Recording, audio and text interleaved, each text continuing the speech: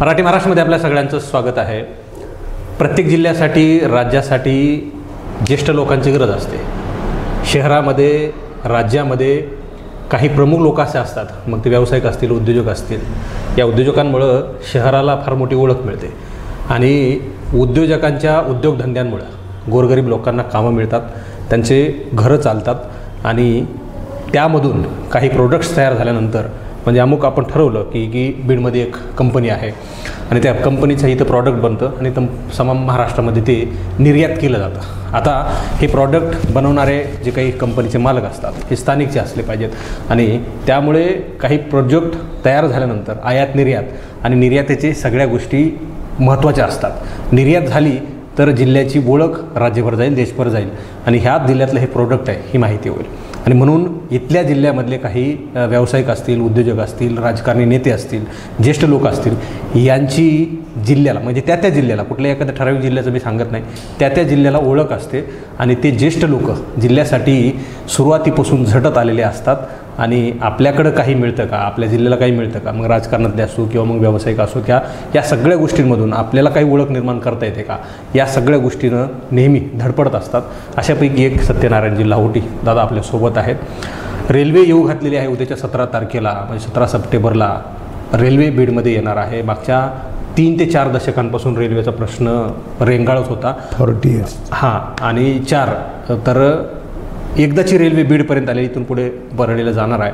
मात्र रेल्वेचं नेमकं कारण काय होतं आणि आत्ताच्या काळामध्ये रेल्वेला बऱ्याचशा लोकांकडून श्रेय घेतलं जातं, मग आम्ही आणली या सगळ्या गोष्टी आहेत।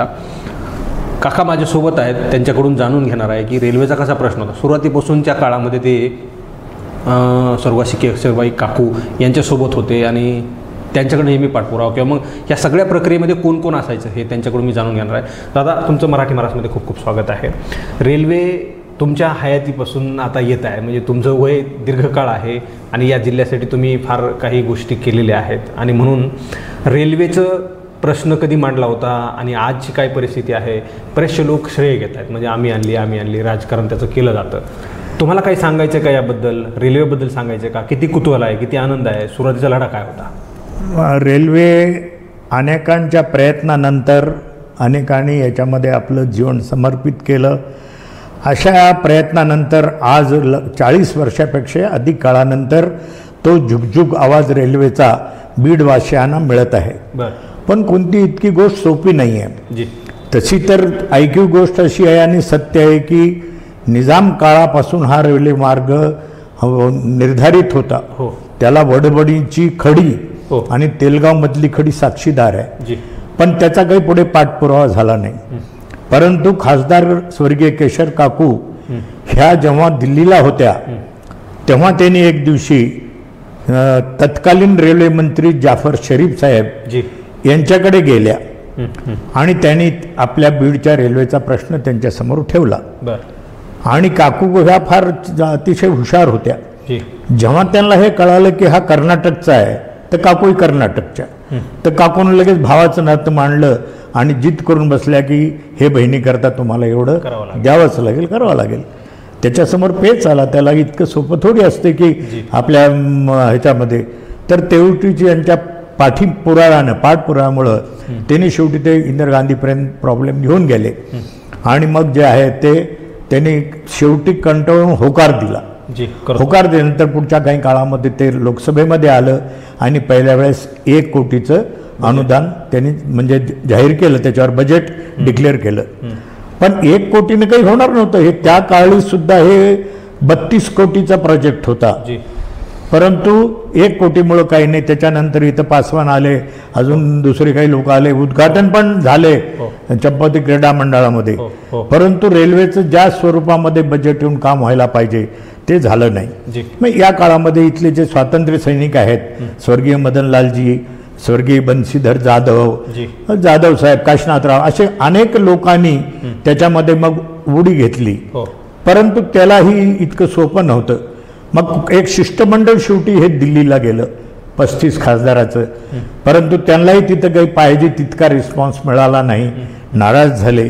पण इथं आल्यानंतर स्वर्गीय मदनलालजी सारडा यांनी हायकोर्टामध्ये रिट केलं जी. त्या 1 कोटीच्या आधारावर, किंवा मान्यता तर मिळाली आहे पण काम होत नाही आहे.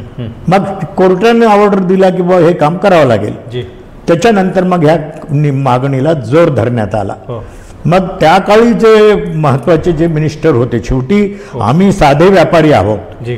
राजकारणाच्या रेट्याशिवाय हे काम होत नसतं. शक्य नाही. तेव्हा त्यावेळेस जे आहे ते गोपीनाथराव मुंडे, जयदत्तांना क्षीरसागर यांच्या अतिशय पाठपुराव्यानं याला हळूहळू गती यायला लागली. पण आता कुठलेही उद्रेक जोपर्यंत समाजाचा लोकांचा होत नाही तोपर्यंत शासन जागं होत नाही. जी.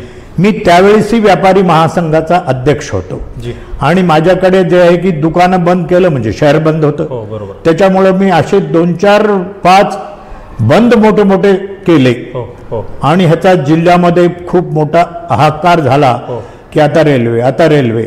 मग एक चक्का जाम आंदोलन केलं, त्यालाही मोठ्या प्रमाणात यश आलं. आणि त्याच दिवशी नेमकी गोपीनाथराव परळीहून मुंबईला चालले होते आणि त्या चक्का जाममध्ये आम्ही त्यांना बीडच्या शिवाजी पुतळ्याजवळ रोखलं. हो.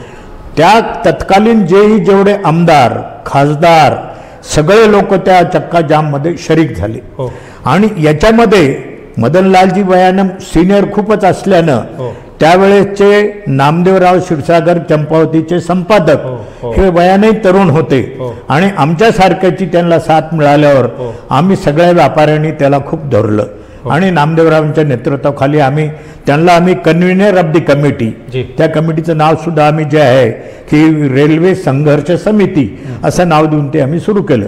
जेव्हा की आमची पहिली समिती जी होती ज्याच्यामध्ये आम्हालाही घेतलं होतं ते होतं स्वातंत्र्य सैनिक रेल्वे संघर्ष समिती. जी. आणि 3 ही दोघांचाही उद्देश तर एकच होता. त्या चक्का जामच्या सगळ्यामध्ये संपूर्ण शहरमध्ये एक वातावरण बदललं. गलधर नावाचा युवक तर इतकं पराक्रमी निघाला की त्याने त्याच्या टीमसह विद्यार्थी संघर्ष समिती, नामदेवराव चव्हाणची समिती, असे अनेक लोक याच्यामध्ये उडले. त्यावेळेचे मला नाव एखादं आमच्याकडून चुकू शकतं, परंतु राजेंद्र जगताप, सुशीलताई मोराळे, सुनील धांडे, त्याच्यानंतर जनार्दन तुपे, असे त्या काळात जेही मला आठवते तेवढे नावं मी सांगितली. या सगळ्यांचं सहकार्य मिळालं. जी. आणि मुंडे साहेबांनी शब्द दिला की या कामाकरता तुम्हाला मुंबईला यावं लागेल. हो. मुंबईला येण्याचा मी कबूल केला आणि एक ठरलेल्या दिवशी मुंडे साहेबाच्या आणि जयदत्तांनाच्या नेतृत्वाखाली आम्ही त्या ठिकाणी पोहोचलो. आणि त्यांनी मग तो 50% महाराष्ट्र शासनाचा वाटा असं पत्रच दिलं. आणि हे पत्र घेतल्यानंतर त्याच वेळेस नेमकी एक घटना घडली की किनवट या ठिकाणी लालू प्रसाद यादव येणार होते, रेल्वे मंत्री. आणि अण्णांनी आम्हाला त्याच्यामध्ये सांगितलं की तुम्ही या, मी येतो. आणि अण्णाच्या नेतृत्वामध्ये आम्ही इथून 30 लोक किनवटला गेलो. किनवटला गेल्यानंतर नेमकं आम्हाला 2 वाजले आणि त्यावेळेस झेंडा दाखवण्याचं काम होतं. ते म्हणले बस आपकी रेल्वे ऐसे ही दौडेगी. आणि त्यांनी आम्हाला दिल्लीचं निमंत्रण दिलं. मग आम्ही जे आहे ते आमचे सगळे जितके काही शक्य आहेत ते आम्ही सगळे, म्हणजे त्याच्यामध्ये हिरलालजी सारडा होते, मी होतो, नामदेवराव होते, बंशीधर जाधव होते, आम्ही असे काही मंडळी दिल्ली येथे गेलो. शरदचंद्र पवार साहेबांनी आमचं नेतृत्व केलं, धस साहेबांनी नेतृत्व केलं. आणि त्याच्यामध्ये त्यांनी 200 कोटी त्या ठिकाणी आम्हाला जाहीर केले. म्हणजे आता आमच्या या इतक्या सगळ्या वर्षाच्या तपश्चर्याला कुठेतरी थोडंसं एक फुल उमजलं. आणि 200 ते आणि विलासरावजीचे 200 असे 400 आणि मला आठवतोय तोपर्यंत 2008ची ही घटना असावी.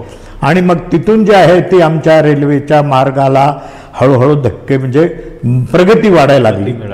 आणि मग तिथून जे आहे ते जमीन संपादन करणे, लोकांचे वांदे मिटवणे, त्यांना पैसे देणे, याच्यामध्ये आम्ही शासकीय लोक नव्हतो, परंतु कलेक्टरच्या मार्फताने नामदेवराव मिळून ते त्याच्यामध्ये बरंच हळूहळू इतके किलोमीटर, 30 किलोमीटर, 50 किलोमीटर, 100 किलोमीटर असा पुढे पुढे आमचा रस्ता जायला लागला.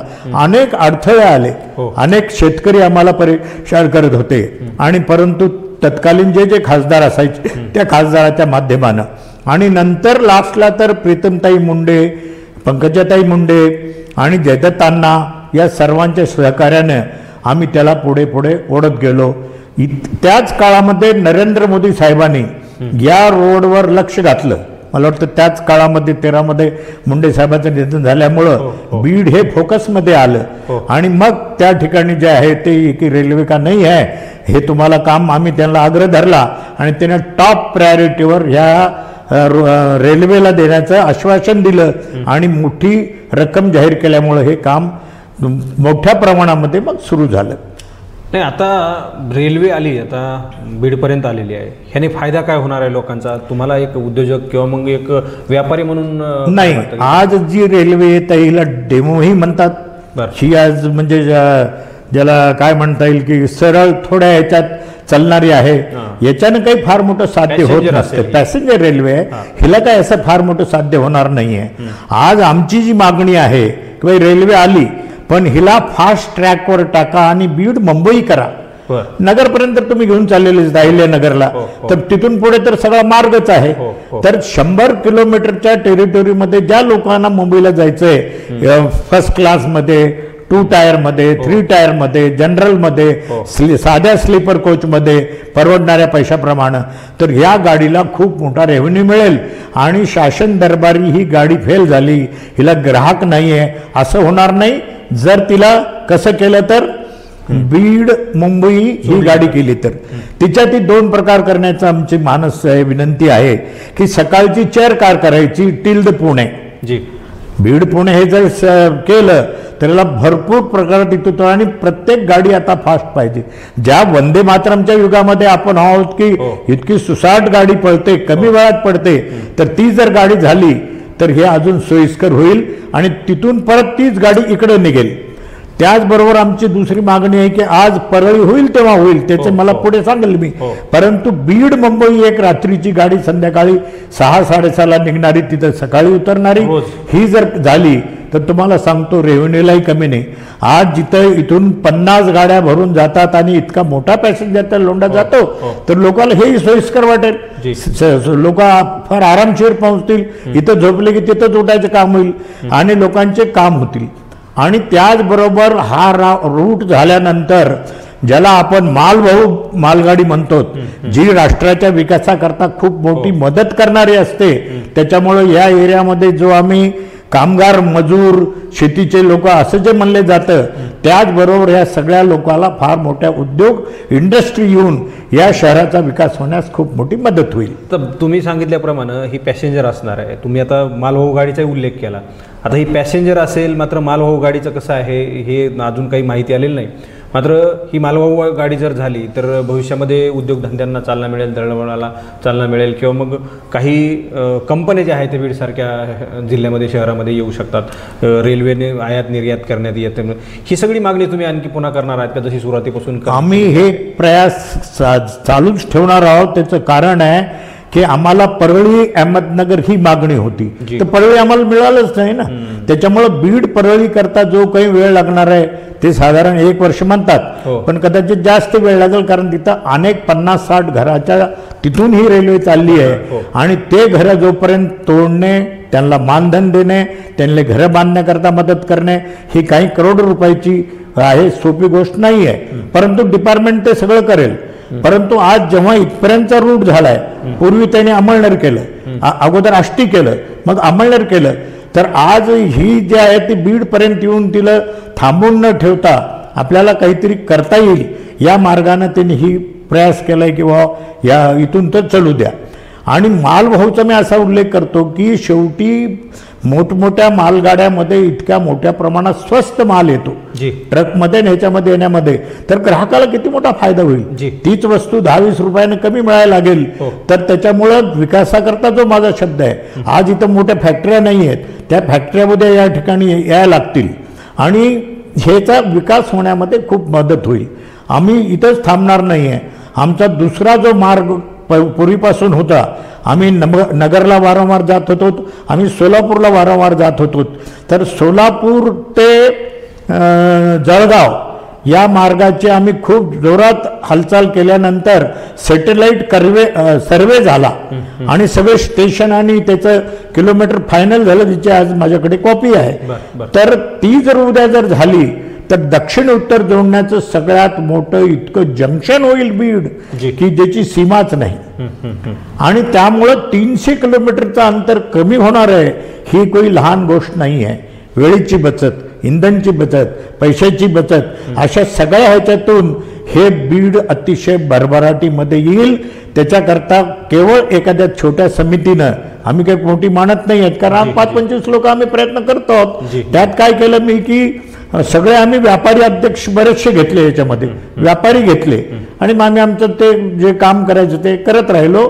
याच्यामध्ये आमच्या स्वर्गीय नामदेवराव क्षीरसागरांचा फार मोठा हिस्सा असायचा. आणि नेहमीच मी बोलत आलोय की तुम्हाला तत्कालीन जे जे आमदार खासदार आहेत, आज बजरंगजी सोनवणे साहेब आहेत, आम्ही त्यांच्याकडे जातो. संदीपजी क्षीरसागर आहेत, त्यांच्याकडे जातो. एकूण आम्हाला जे आमचं ध्येय काय आहे की ही रेल्वे यावी.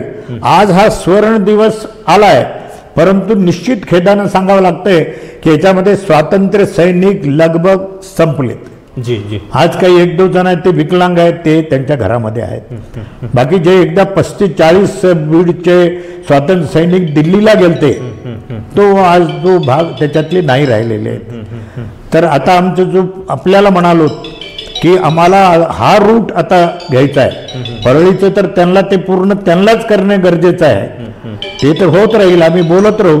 परंतु आता जे मुख्य फोकस आहे ती धाराशिव पर्यंत मान्यता झाली. काम अतिशय फास्ट चालू आहे. तर प्रशांत तर फास्ट ट्रॅक तिथपर्यंत धाराशिवपर्यंत येत आहे. म्हणजे आता धाराशिव, बीड, जालना आणि जळगाव किंवा बऱ्हाणपूर ही आमची मागणी होती. आणि त्या दृष्टीनं आमच्या पुढच्या बैठका, पुढचे आमचे जे काही धोरणं आहेत ते त्या दृष्टीने राहतील. आणि आता खरं सांगायचं म्हणजे आम्ही आता वयानं आमच्या बरेच थकलेलो आहोत. बाकी माझी टीममध्ये अजून आज सशक्त लोक आहेतच. आज आम्ही नवीन convener of this committee Jawaharlal Sarda याला केलेला आहे. तर तोही अजून तरुण आहे आणि अजूनही आम्हाला तरुण यावं. इथं तर काय पदरून खर्च करून काम करायचंय, हे काही भत्ते नाही आहेत. त्याच्यामुळे आणखी जर याच्यामध्ये चांगले उद्योजक, चांगले लोक जुळले तर त्यांचं स्वागतच आहे. आणि आमचा पुढचा जो आता जे ह्या 2 रेल्वे याव्या, इकडून तिकडे जाणाऱ्या, तिकडून इकडे येणाऱ्या, पुणे आणि मुंबई, हे आमचं स्वप्न आहे. आणि जेव्हा हे परळीचा ट्रॅक आम्हाला जोडला जाईल तर पूर्ण देशाला आम्ही जोडले जाऊत. आज पाहतो की परळीहून संपूर्ण देशामध्ये रेल्वे चालतात. तेच दृश्य उद्या बीडचं होणार आहे. त्याच्यामुळे बीडच्या विकासाकरता खूप मोठी चालना मिळणार आहे. तर आम्ही इथं न थांबता आमचा जो पुढचा कदम आहे तो आहे की धाराशिव, औरंगाबाद म्हणायला लागले, त्याला मान्यता मिळाली म्हणून ऐकायला लागलो. ते असलं तरी चांगलंच आहे, परंतु वास्तविक आपली इच्छा आहे की ते जळगाव व्हावं. म्हणजे इतकं अंतर कमी होणार आहे आणि महाराष्ट्राचा विकासाबरोबर बीडचा विकास खूप मोठ्या प्रमाणात पिक्चर हे त्याच्या नकाशामध्ये येणार आहे. जी खूप खूप धन्यवाद काका. तर या मुलाखतीचा सारांश असा आहे की रेल्वे आली खरी, 4 दशकं झाली. सुरुवातीच्या तरुणाईच्या काळामध्ये त्यांनी जी नावं घेतली, मग काकू असतील, आता जयदत्त क्षीरसागर असतील, त्याचबरोबर तिकडे नामदेवराव क्षीरसागर असतील, त्यांनी गोपीनाथराव आणि गोपीनाथराव मुंडे साहेब असतील, ह्या सगळ्या लोकांनी सुरुवातीपासून म्हणजे यांनी व्यापारी संघटनेच्या माध्यमातून राजकारणी लोकांनी, राजकारण्यांनी तिकडं म्हणजे अशी एक साखळी जोडली गेली. स्थानिक शहरापासून, गावात थेट मुंबई ते दिल्ली अशी साखळी जोडली गेली आणि या साखळीच्या माध्यमातून रेल्वे आणण्याचं काम आजपर्यंत करण्यात आहे. रेल्वे आली हा सुवर्ण क्षण आहे असं सांगितलं, मात्र रेल्वे आली हिचा मार्ग जो आहे तो परळीपर्यंत होता. परळी अहमदनगर असा जोडला पाहिजे होता आणि परळी अहमदनगर झाल्यानंतर आम्हाला मुंबईला सोप्या पद्धतीने जाता येईल. दुसरीकडे इकडं धाराशिव, औरंगाबाद जे आत्ताचं संभाजीनगर आहे तिकडं हे जर दोन्ही जोडले तर दळणवळणाला अत्यंत सोपी जे आहे ते मार्ग होईल आणि बीडमध्ये उद्योगधंदे वाढतील, मोठ्या फॅक्टऱ्या येतील, कंपन्या येतील. बीड जी बेरोजगारी किंवा मग मागासलेला जिल्हा म्हणून ओळखला जातो, दुष्काळी जिल्हा म्हणून ओळखला जातो, या जिल्ह्यामध्ये फार बेरोजगारी आहे, ऊसतोड मजुरांचा जिल्हा म्हणून ओळखला जातो. फॅक्टऱ्या जर रेल्वेमधून जर दळणवळण आलं, एखादी मालवाहू गाड्या आल्या तर त्यामधून जाणारा माल जो असेल तो कमी पैशामध्ये मिळेल, इथं फॅक्टरी उभा राहतील. इथून जर निर्यात जर करायची असेल तर रेल्वे नक्की पायथीर होईल. आणि म्हणून रेल्वे बीडपर्यंत आली इथपर्यंत ठीक आहे, आमचा लढा इथपर्यंत संपणार नाही. तर रेल्वे तिकडं परळीला जोडणं, परळीला जोडणं, परळी तिकडं उस्मानाबाद ते औरंगाबाद जोडणं, ही प्रमुख मागणी आहे, तेव्हा कुठेतरी बीड सुजलाम सुफलाम होईल आणि तो लढा आमचा शेवटपर्यंत राहणार आहे. आमचं जरी वय झालेलं असलं तरी आम्ही लढत राहणार आहोत. आमच्यासोबत काही यंग सहकारी आहेत, जे तरुण आहेत, त्यांच्याच खांद्यावर जबाबदारी दिलेली आहे. नवे जोडायचे आहेत आम्हाला. नवे जोडायचे आहेत. नवीन सहकार्यांना सुद्धा त्यांनी येऊ घातलेला आहे आणि जोपर्यंत बीडला म्हणजे 4 मार्गाने बीड जोडलं जात नाही तोपर्यंत आम्ही थांबणार नाही असं सत्यनारायण काका यांनी सांगितलेलं आहे. कॅमेरा पर्सनसह मी संग्राम धनवे, मराठी महाराष्ट्र न्यूज, बीड.